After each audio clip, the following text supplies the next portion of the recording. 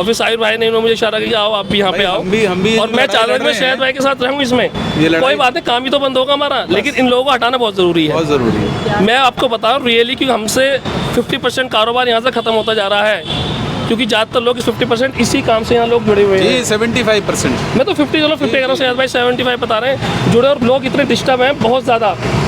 मैं कमिश्नर साहब से और यहाँ की गवर्नमेंट से और सेंट्रल गवर्नमेंट से रिक्वेस्ट करता हूँ, हाथ जोड़ के रिक्वेस्ट करता हूँ कि उपेंद्र यादव जैसे या उपेंद्र यादव एसएचओ को यहाँ दोबारा से अपॉइंट किया जाए।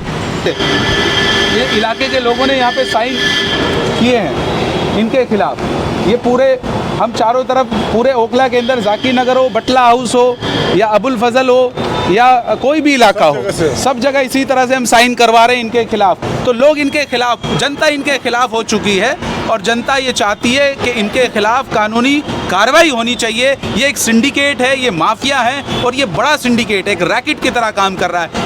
हेलो, आदाब, नमस्कार दोस्तों। मैं अभी मौजूद हूँ ओखला में।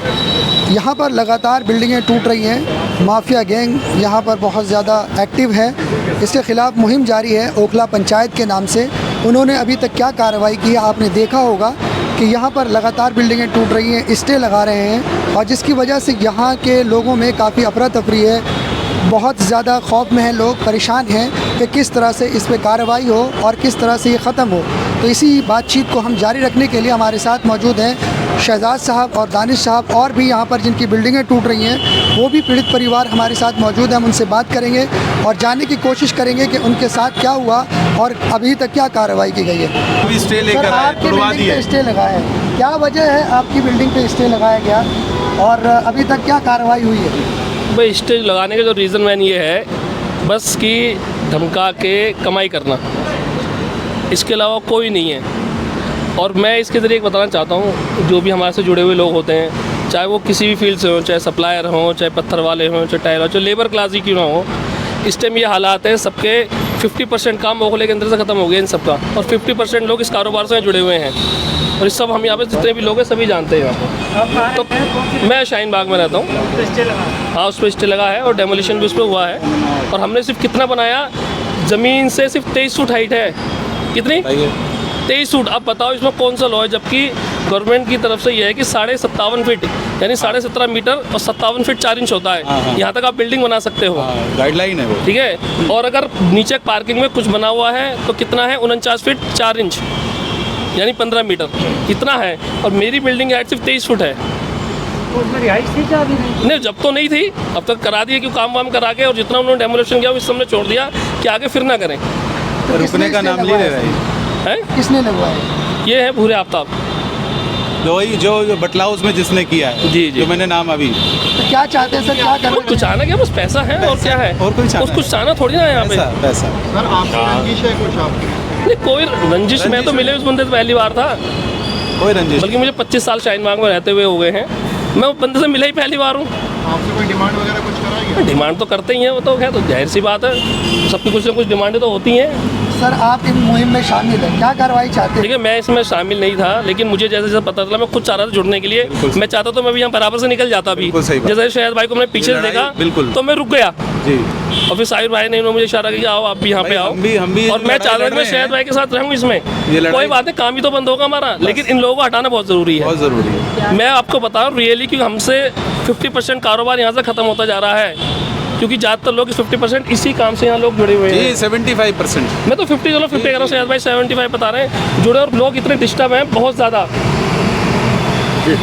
डॉक्टर साहब, आप भी इस मुहिम से, शहजाद साहब की मुहिम से जुड़े हुए हैं, आप क्या चाहते हैं?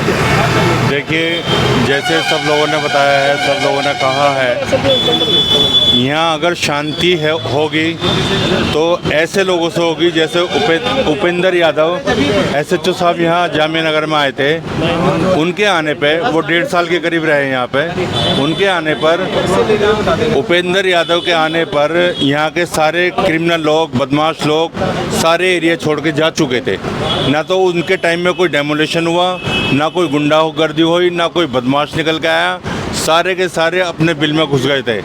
मैं कमिश्नर साहब से और यहाँ की गवर्नमेंट से और सेंट्रल गवर्नमेंट से रिक्वेस्ट करता हूँ, हाथ जोड़ के रिक्वेस्ट करता हूँ कि उपेंद्र यादव जैसे या उपेंद्र यादव SHO को यहाँ दोबारा से अपॉइंट किया जाए, क्योंकि पब्लिक क्या करती है, पब्लिक अपनी आवाज़ जैसे मैं आज बोल रहा हूँ आप लोगों के सामने, आपके चैनल के सामने बोल रहा हूँ, ऐसी बोलेंगी फिर शांत हो जाएगी। लेकिन उपेंद्र यादव ऐसे ऑफिसर हैं जो क्राइम को बिल्कुल जड़ से ख़त्म कर दिया था उन्होंने जामिया नगर से। यहाँ के लोग अपने अपने एरिया में अपने अपने बिल में घुस चुके थे।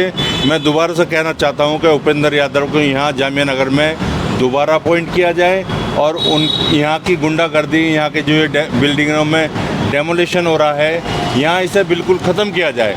उन्हीं के आने पे होगा। अगर यहाँ पे जो भी करंट SHO हैं, मैं उनसे भी रिक्वेस्ट करता हूँ कि जो उपेंद्र यादव के नक्शे कदम पर अगर वो भी चलेंगे तो यहाँ से क्राइम बिल्कुल ख़त्म हो चुकेगा। देखिए, ये जनता वर्सेस चीटरों की लड़ाई है।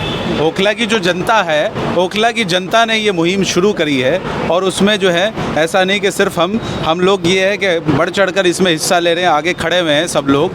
तो ये जनता वर्सेस जो चीटर हैं, जो स्टे माफिया है, जो खुले डकैत हैं, जो बंदूक की नोक पर जैसे लूट करते हैं ना लोग, ये उसी तरह के लुटेरे हैं। ये लोगों की बिल्डिंग पे लूट कर रहे हैं, लोगों की बिल्डिंग को अनऑथराइज बताकर तुड़वाते हैं। अगर इनको कोई प्रॉब्लम है किसी पर्सनल लेवल पे, तो ये उसके खिलाफ कंप्लेंट करें। ये बिल्डिंग के खिलाफ क्यों कंप्लेंट करते हैं? इनका मकसद होता है उनसे पैसे की उगाही करना, उनसे दुकान मांगना, उनसे फ्लैट मांगना। और अगर कोई नहीं देता है, कोई इनकी बात को नहीं मानता है, तो ये कोर्ट में जाते हैं। पहले MCD जाते हैं, MCD से कुछ नहीं होता तो कोर्ट में जाते हैं। कोर्ट सुनता है पेपर की भाषा। अब कोर्ट के पास पेपर जो होगा, पेपर के आधार पर ऑर्डर हो जाएगा। उस ऑर्डर में क्या है कि कोर्ट ऑर्डर कर देता है, तोड़ दो जाके अवैध निर्माण है। अवैध निर्माण पूरा ओखला ही थोड़ा ही है। अनऑथराइज कॉलोनी तो पूरे दिल्ली के अंदर 1797 है। जब बिल्डिंगें बनती है सर, उस टाइम क्यों नहीं स्टे लगाते? बाद में क्यों लगाते हैं कि इतने दिनों के बाद, जब 15 साल रह चुके हैं लोग, उसके बाद भी तोड़ते हैं? नहीं तो ये अथॉरिटी थोड़ी ही तोड़ रही है, समझिए आप बात। ऑर्डर कौन लेकर आ रहा है? पिटीशन कौन डाल रहा है? कंप्लेंट कौन कर रहा है? ये स्टे माफिया, ये डकैत कर रहे हैं। उधर नाम सामने आया है वो आफ्ताब भूरा, इधर ये बर्नी है, और कई नाम सामने है। उधर जो मुरादी रोड पे तुड़वाया है वो SM मतलूब है।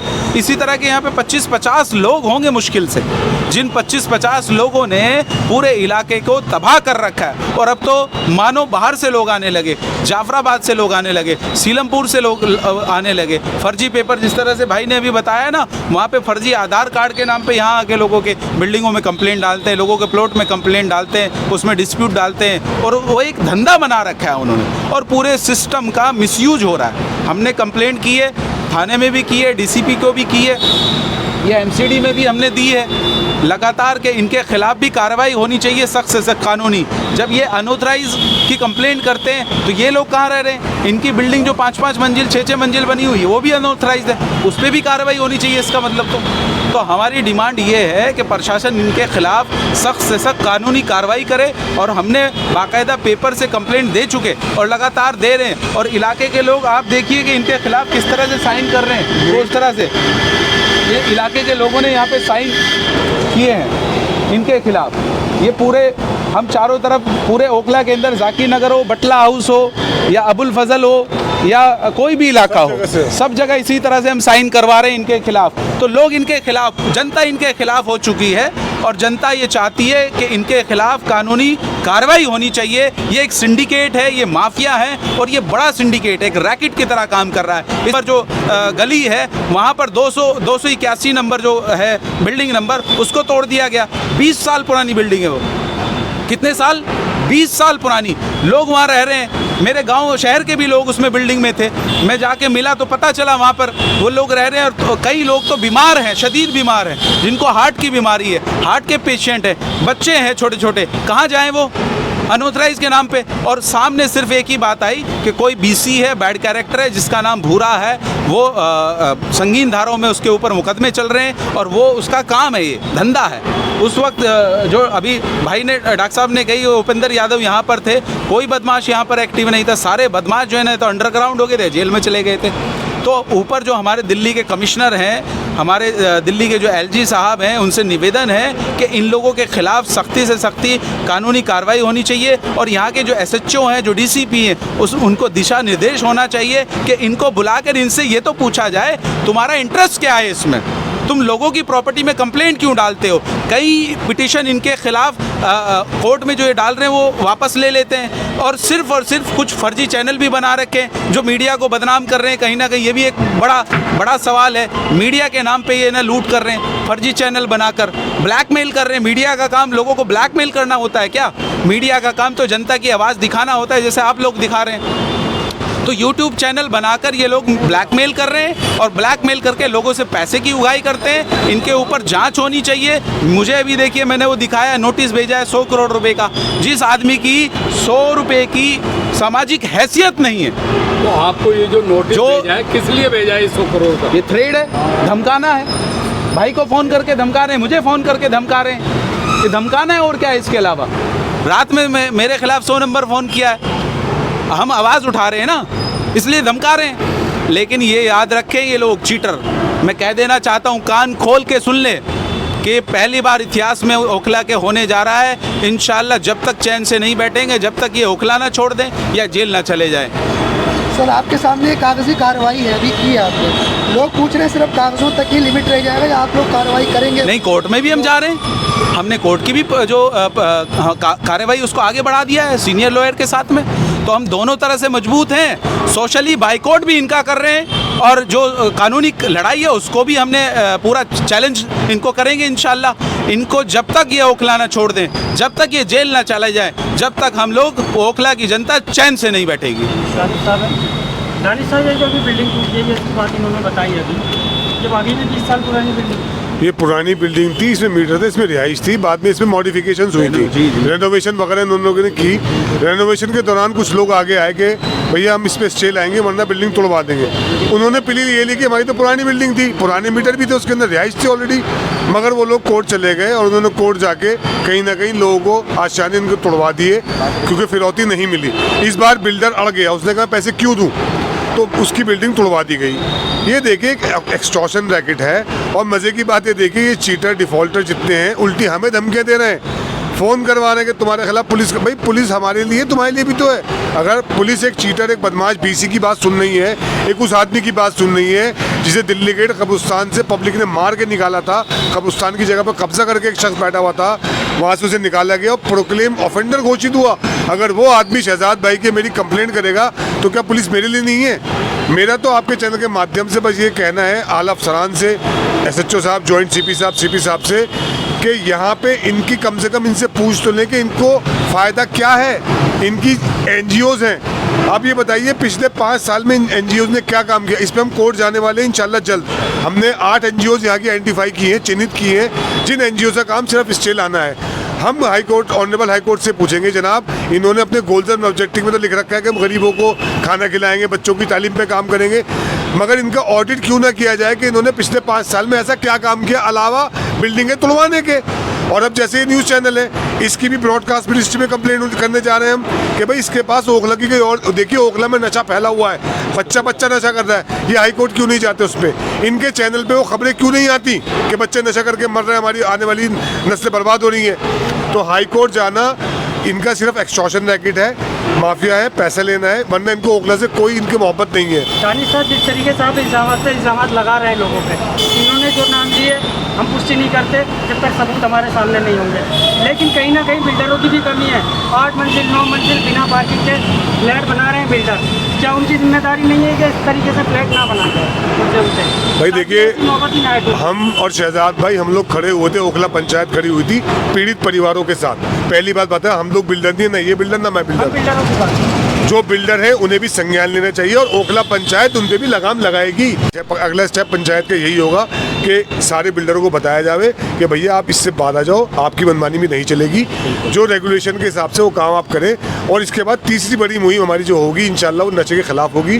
उसकी हम जंग लड़ेंगे, वो बड़ी जंग है, क्योंकि उसमें हमारी आने नस्लें बर्बाद हो रही हैं नशा कर करके।